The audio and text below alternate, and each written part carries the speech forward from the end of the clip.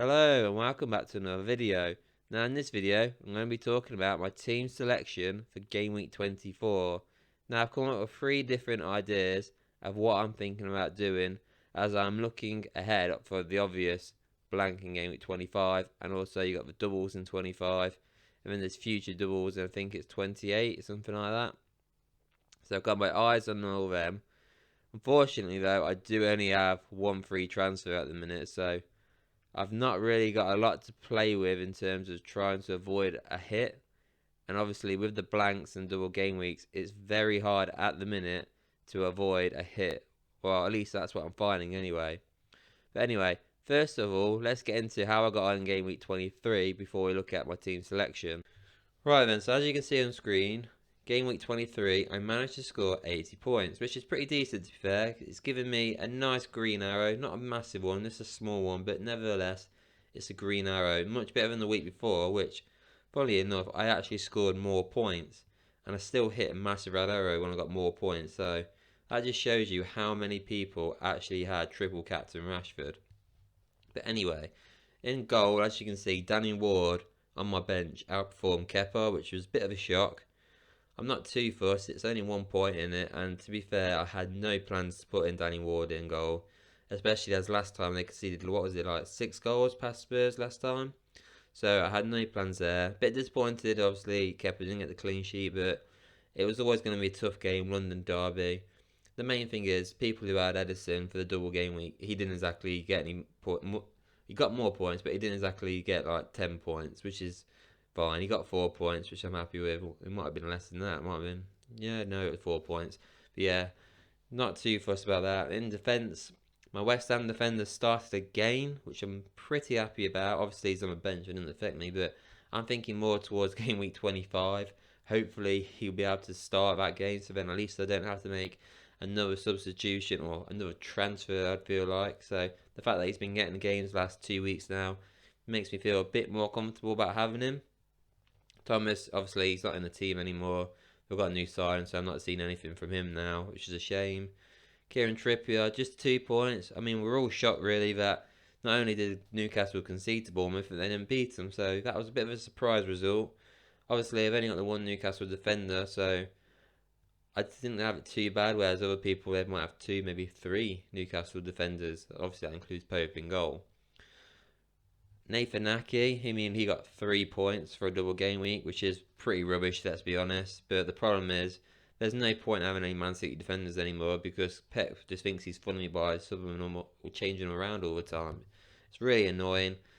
Ake, he didn't start against Villa. He starts against Arsenal, so I don't know what that's about. He comes on against Villa, so I got a point out of that, so I just have to take it. Unfortunately, Man City couldn't keep a clean sheet against Arsenal, but I wasn't really expecting it, to be honest. So, I mean, it is what it is. I mean, he got 3 points. It's the best, well, all I had, really. But then finally, Luke Shaw smashed it out of the park, thankfully, with 12 points, which I'm buzzing about because quite a few people stubbed him out that week just because he's got the blank coming up and people want to get Man United players out early. I don't know why I went for Luke Shaw because Leeds, I felt like Man United keep clean sheet against them. They did.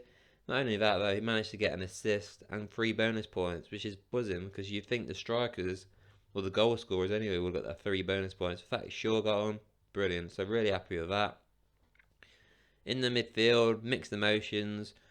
Obviously the Arsenal boys, I made the one transfer last week. I brought in Odegaard for Mudryk, however you say his name. It didn't, I mean, obviously he did better than Mudryk, but 4 points, it's not great, let's face it. It was a bit disappointing, but I did say last week, Arsenal have a very tough double game week, Brentford and Man City. Yes, they were at home, but I did think it would be tough for them, and it was. I mean, the fact that they only got 1 point out of the 2 games says it all. Martinelli, 5 points. I mean, he's somebody maybe I have to think about getting rid of soon, but he did start both games. That was the positive.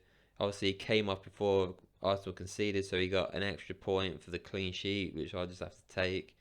But the fact that Trossard keeps coming on for him, and Trossard did score against Brentford, so I was a bit lucky he actually started against Man City.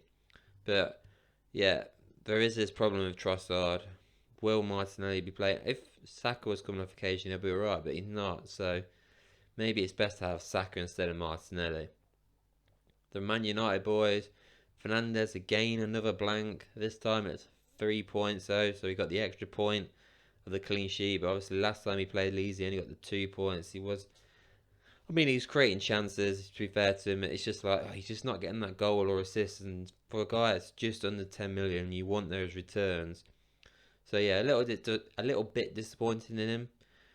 He is somebody I'm definitely thinking about selling now though, because obviously the blank and that, and how much he costs. So there's no point having somebody that expensive just not playing. So he is somebody who's on my chopping board right now. But yeah, disappointed with what he got, just the 3 points. But it is what it is. And obviously Rashford, he's become a bit irrelevant now because everybody seems to own him. But yeah, another good goal from him.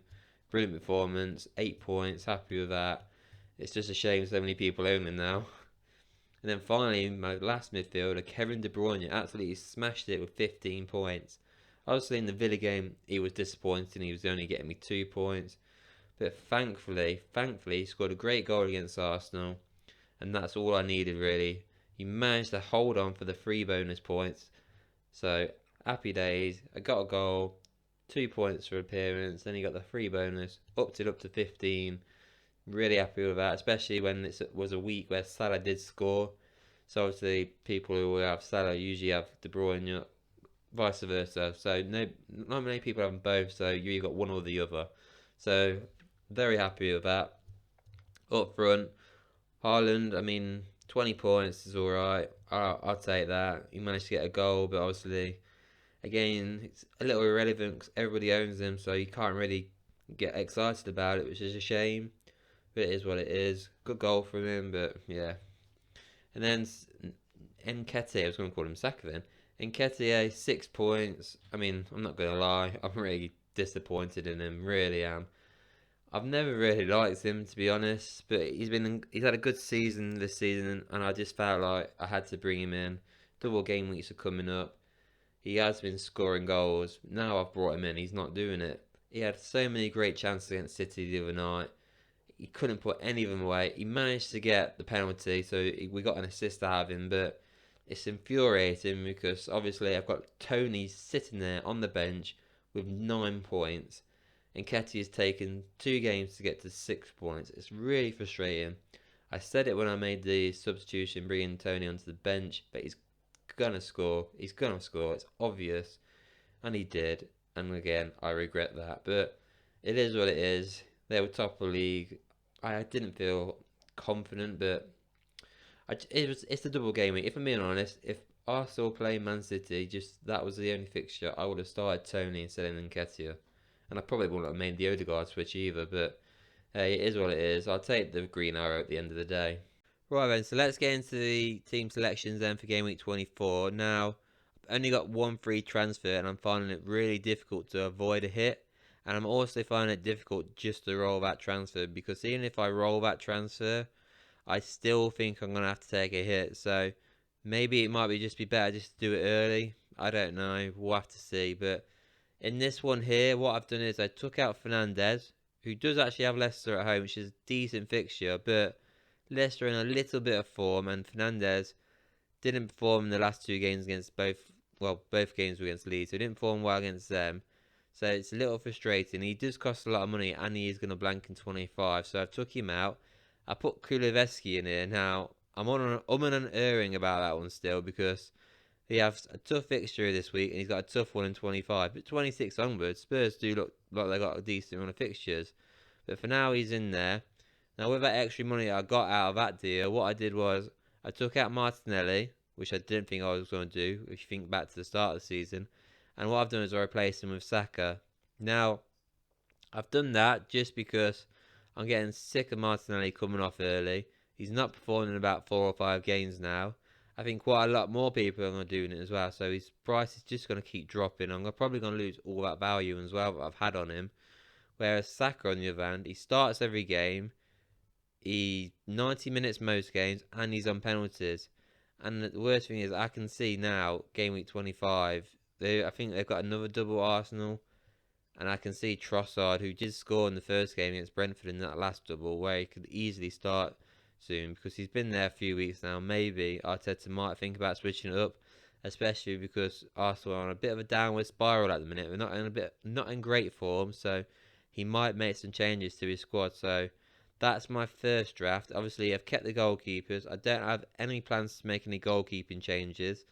Obviously, you got Fraser Forster in goal, 3.9 million who starts, who could be an option. But for now, game week 24-25 fixture for Spurs aren't the best, so I don't have any plans. Unless I was going to wild card, I wouldn't put Forster in. Striker wise, Tony is somebody I'm thinking about maybe selling. It's a tough one with him because, to be fair, out of the three strikers, the one I want to sell is Nketiah. But because he's got a double in 25, I can't really do that. So yeah, and then in defence, obviously I hate my defence for being honest. Thomas don't really play anymore. Aki's getting a Man City defender is just the worst thing in the world. Shaw's got a blank coming up. Trippier is great, but everyone owns him. And then the West Ham guy, it's just been really disappointing for me. So I could make more transfers in this one, but for now, I've just done the one hit on this one. But even then, I'm not 100% confident I'll have Kulusevski in my team for 24. But 26 onwards, Spurs fixtures do look great, to be fair. Right then, so on to my second draft now. Like the first one, it's another -4 hit. But if I'm being honest, I could easily on this one do a -8 hit. Because I'm not really that keen on what I've done so far. It's my second transfer really. A bit like the first one, Kulusevski. I'm not 100% sure Gakpo on this one. If I had Saka in for Martinelli, I think I'd feel a lot better, but that would mean it'd be a -8. And I'm not keen on having a -8 for a sideways move. But that could actually work out though. It worked out for people last time when he got that penalty and he scored, Saka. So yeah, there is that. But the chance of Arsenal getting another penalty in the next couple of weeks is slim. But the first transfer I made anyway was Tarkowski in for Thomas.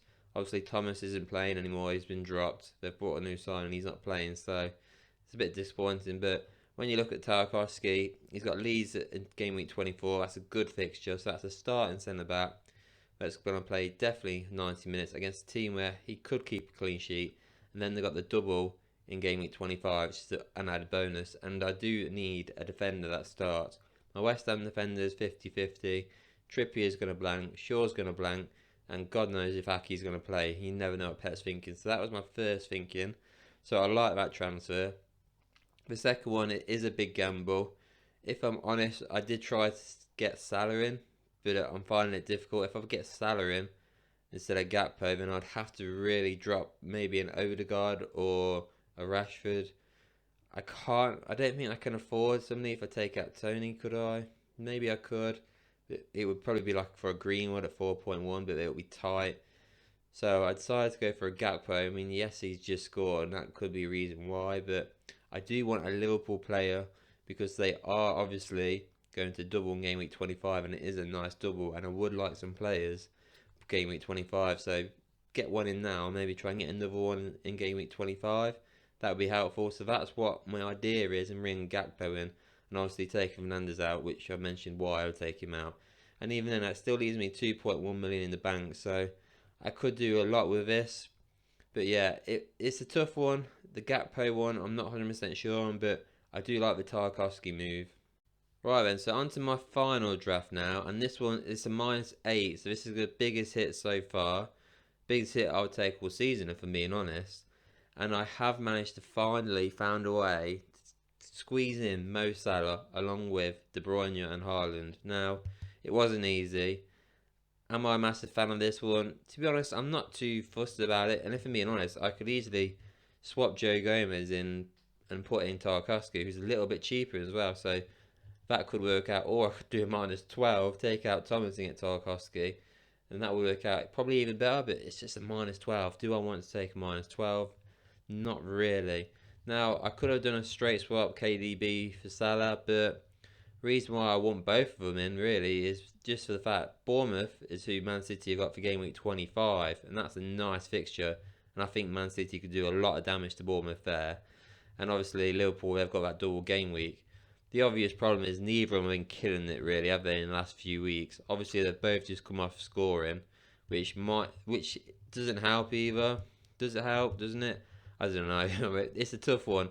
They could go, both of them could go on a decent run now, and if they did, and I have them both, great. But this season alone. I mean, since the World Cup, De Bruyne has not been great, and obviously Salah, he's been a bit disappointing all season.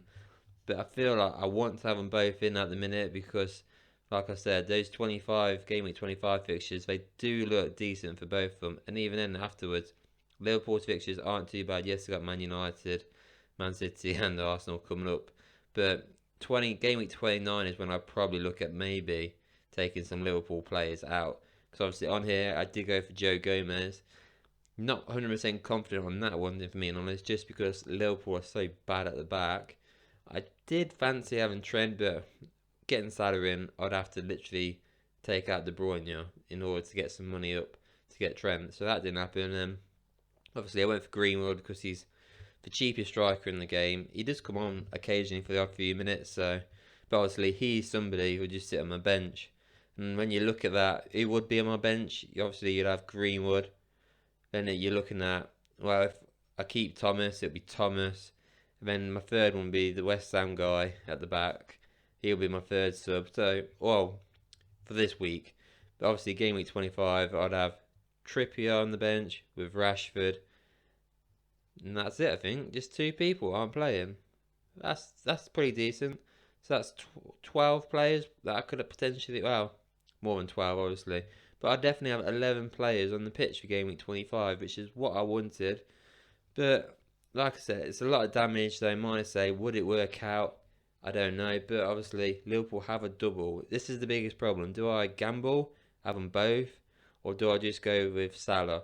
Either way, I'd prefer to have Salah in 25 and De Bruyne, but obviously, because I've already got De Bruyne, it's like, well, I may as well leave him in now for this fixture, but we'll have to see.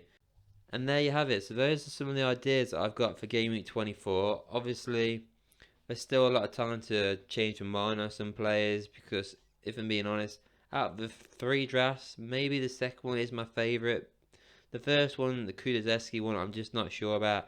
And the third one, obviously, it's a -8 hit, which again, I don't want to do. But if I did go through with it, I don't think I'd go for Gomez. I might go for Tarkowski instead, which seems a bit funny to go for Everton defender instead of Liverpool one. But I don't know why, but I just feel more confident now in the Everton defence, even though they're obviously battling relegation. But I don't know if it's a Sean Dyche effect or what. But yeah, so that's my thinkings anyway.